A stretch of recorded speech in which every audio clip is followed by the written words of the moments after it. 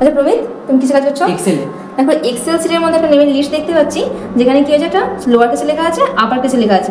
তো নেমের লিস্টের মধ্যে যেগুলো লোয়ার কেসে লেখা আছে, আমাকে কি সাইডে কোনো ফর্মুলার মাধ্যমে বের করে দেখাতে পারবে? হ্যাঁ, আমরা প্রথমে ইকুয়ালস টু দেবো, ইকুয়ালস টু দিলে তারপর এরপর আমরা ইফ দেবো। আচ্ছা ইফ, এরপর ফার্স্ট ব্র্যাকেট অন করে আমরা এক্সাক্ট লিখবো। আচ্ছা ফার্স্ট ব্র্যাকেট অন করে এক্সাক্ট লিখলে, তারপর এরপর আবার ফার্স্ট ব্র্যাকেট অন করে আমরা নামের সেলটাকে সিলেক্ট করবো। আচ্ছা এরপর কমা দেওয়ার পর লোয়ার লিখবো।